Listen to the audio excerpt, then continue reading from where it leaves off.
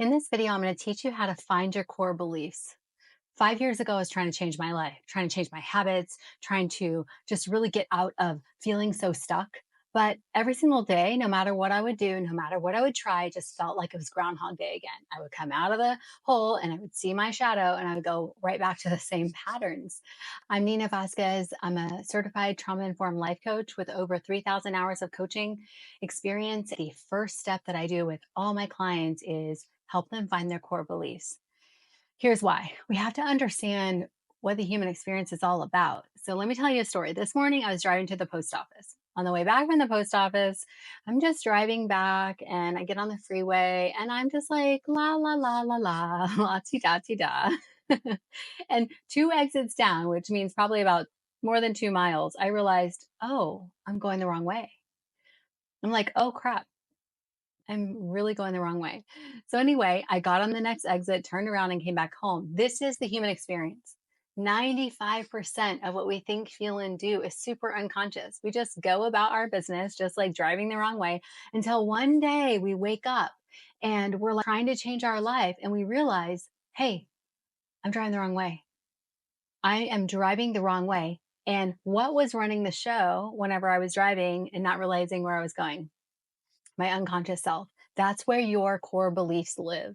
When we come into the world, we come in, we don't really have a lot of core beliefs. And there are some because there's generational trauma, but let's just imagine we come in without any glasses on, right? We have no glasses on and we go through our experiences in our life. And every time we go through an experience and we learn something about ourselves and the world, it's like we put new glasses on and we're riding through life with these glasses. And I'm going to teach you what glasses you're wearing right now and how that's affecting your life. So here's what happens. You put on your core beliefs, you go about the world, and what happens is your mind is looking for evidence of all those core beliefs. So if you think in the world, if you put on a core belief that it's safe to be here, your mind believes it's safe everywhere it goes. You trust people, you don't feel unsafe, you do things that maybe take a little bit of risk, like you feel safe in the world. But if you put on the glasses where it's not safe to be here, and I'm going to talk to you about where that would come from in just a second, then what would happen is you are not trusting of people, you don't take risk, right? You maybe stay small and you keep yourself from going after dreams and goals that you might have, right? So your core beliefs matter so much. And I remember on my journey, I was struggling so hard to find, to understand and find my core beliefs. And many of my teachers would say, look at your life. You can find your core beliefs by looking at the results you have in your life. But I still struggled. And I remember Googling this over and over and over again. And I finally found a coach that really laid it out for me. So today I want to lay this out for you. And I want to start by having you do an exercise with me. So, what I want you to do is grab a piece of paper, turn it on its side. And what I want you to do is draw this diagram. So, this is a timeline and it starts at utero. And then these are certain time points in your life. It doesn't have to be this small, but for this example, there's 4 examples here. And what you're going to do is you're going to draw boxes, and above those boxes are going to be your thoughts. That will be representative of what you made those circumstances mean in your life. Now, what I did was I separated it by age group. So 0 to 5, 5 to 12, 12 to 18, 18 to 25. The reason why I did that is because from 0 to 5, your nervous system's developing. And so you're developing ways to stay safe in the world. And then from 5 to 12, you're developing your identity. You're figuring out, is it safe to be me in this world? And then age 12, you start to look at how do I fit in order to be safe? And then age 8 is when we're letting go of our past versions of ourselves and we're seeing if we're willing to step into adulthood. And then at 25, most likely by that time, your prefrontal cortex is fully developed. And by that time, your brain is a heat seeking missile looking for evidence to prove all your core beliefs true. All the beliefs that you thought about yourself and the world, it's looking for it. If you thought you were not normal, if you thought you weren't good enough, it is looking for it and creating evidence if it's not there. So it's so, so, so important to find out where this happened at in your life, right? I'm gonna give you an example in just a second. Okay. But it's important to find it because remember the glasses, right? So what I'm gonna help you do is take off the glasses and see what else could have been true at that time. By the way, this YouTube video is brought to you by my coaching program called Emerge. It's a one on one coaching experience. And this is the very first thing I do with my clients in that program.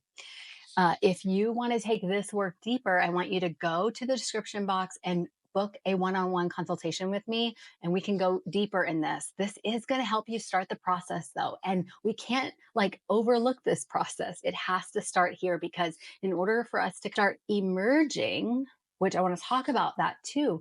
When we're healing, we are emerging from everything that we are not. We're remembering who we are. We're not actually growing. We're not becoming someone new. We're actually going back and remembering and being who we actually are. So I like to think of it like a lotus flower that is emerging from all the muck that you're not. Definitely consider that if you are looking to go deeper with this work. All right. So the very first thing you want to do is think about, so on the top of this timeline, I want you to think about all the good experiences, right? Now, what you might think about also is in utero, when you're in utero, when you're in your mom's belly, what was going on with mom? Sometimes it's great to ask her, or you can assume. For me personally, my mom's life was pretty chaotic. She had three other children under the age of 4 at the time. And she was very young. She was 19 years old. So it was very chaotic, right? So I could imagine that I probably didn't feel safe in there. So our nervous systems are regulated or dysregulated by mom's nervous system. So we could imagine and assume there's some assumptions to be made, and it's really good to know that information. When you are born 0 to 5, I want you to think of a good experience and maybe a not so good experience and write down the experience, right? So I'll give you one of mine. My mother was a drug addict and she often would leave me places, maybe family members, and then she would say, I'll be back. And she would never come back. So when she didn't, so that's the circumstance I would put down here, right? She did not come back. And then the next thing I want you to ask yourself is, what do you think you made that mean about you? See, here's as children, we are egocentric, meaning we never think like, oh, mom must have a problem or she's crazy or what's wrong with her. No. The child brain gives meaning to that event and always thinks it must be them, right? So one of my core beliefs is something's wrong with me. Something must be wrong with me. Why would mom not come back? Why would she say that and then not come back? I must not be being a good girl, right? Something must be wrong with me. So those are the glasses I put on. Something must be wrong with me. So I need to start to be different, be good. Maybe if I'm better, then mom will come back. Maybe if I'm a good girl, mom will come back. Maybe if I don't share the truth of what's happening to me, then maybe she won't leave. Maybe she's ashamed of me. The glasses start dictating what happens next in our world, right? One of my memories that was good was going to school. I really liked going to school. I really liked having friends. I also have bad memories there too, but like, see if you can find the good because let's say you don't have quote unquote bad or ineffective or negative experience in your ages, and maybe your mom was safe and she felt grounded, and when you were in her belly you assumed the world is safe. And then maybe between 0 to 5, you have an amazing memory that led you to believe that I am perfectly whole the way I am. Maybe you went to school and you said something happened to you where you were made fun of, and one of your parents or the teachers said, you are perfectly made. Everybody doesn't need to be the same. We're all different. Maybe you have that experience. Make sure to put it here because we're trying to uncover all your core beliefs, not just the ineffective ones, not just the limiting ones, all of them. And then you just want to go and write down each belief along here, each thing that happened to you. Maybe your parents had a divorce, or one of your parents moved away, or maybe you were abused. One of the things that happened to me was I was abused sexually. And so I also used that to create the belief that something was wrong with me and I'm broken and it's very shameful, right? Or maybe you were physically abused and you made that mean about you that you weren't good enough. right? Or you needed to be something else than you were, or it wasn't safe to be you, right? So you want to go down each one and find that. After you do this full exercise, what I want you to do is just allow yourself to sit with the heaviness of it. If you've experienced childhood trauma, this bottom part is most likely going to be filled up, right? And then I just want you to allow yourself to be with that heaviness and know that you are not your trauma. You're not the things that happen to you. Trauma is not so much what happened to you, it's what happened inside of you because of it. So when these things happen, we have an emotional stamp on our body and nervous system, and we have a belief that we believed what we made it mean about ourselves. What I don't want you to do, number one, is don't shame yourself or guilt yourself or say, I can't believe you believe that about yourself. What I want you to do after you let yourself land, and that could be 5 minutes or a week, whatever it is for you, what I want you to do instead of judging yourself is I just want you to take some time, a few days to see how is this belief about me showing up in my life? How is it showing up in my life today? Where is it showing up in my life today? Just allow yourself to see.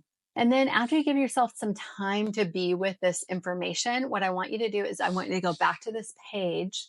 And when you have some space away from it, I want you to go back to this page and I want you to look at it and say, when I was 5 years old and my mom said she would come back and didn't come back, what was actually true was my mom didn't have the capacity to be the mother that I needed to protect me. She was doing her own thing. It had nothing to do with me. Most likely, what you're going to find is it didn't have anything to do with you. It had something to do with your adult caregivers or providers that didn't have the capacity, right? Maybe when you, for example, let's say you got hurt, maybe you got hurt as a child and your one of your caregivers would tell you, like, dust it off, let it go, you're okay, stop being whiny, whatever that was. Maybe you internalize that as I'm weak and I need to be stronger. Or maybe you had a different size body than everybody else in your class, and you made that mean that you're not normal. And then you spent the rest of your life looking for and proving to yourself that you're not normal. And that was a core belief. And see, those things we need to find out was actually true. What would you tell a 5 year old today? I would never say, girl, you're not normal because you have a different size body. We would say, no, every body is supposed to be different, right? And we see this with all different size bodies where we give it meaning about ourselves and then it literally runs our whole rest of our life. So if you're trying to change your habit patterns, you're trying to change your life and you're trying to create different results and you're trying to create a different experience of life and you feel like you're just repeating the same process over and over and over again and you're not getting anywhere, this is where you need to go. Because the very next step that we do is we have to go in and heal the wounds of the nervous system and the mind and tell ourselves what is really true. I like using inner child work for this process, but it's not the only way. Sometimes just realizing, just becoming aware that you have a core belief, you can literally start going through your life and being like, if I didn't believe this and take off those glasses, what would be true? And you will see your life transform. You can transform your life in a minute, a second when you become aware, but we have to become aware first before we can change or transform anything. So that's what this exercise is about. If you find this helpful, what I want you to do is subscribe and like this channel so I can bring more videos like this to you. Thank you so much for watching. I hope you found this helpful. I'm sending you lots of love today, and I'll see you in the next video.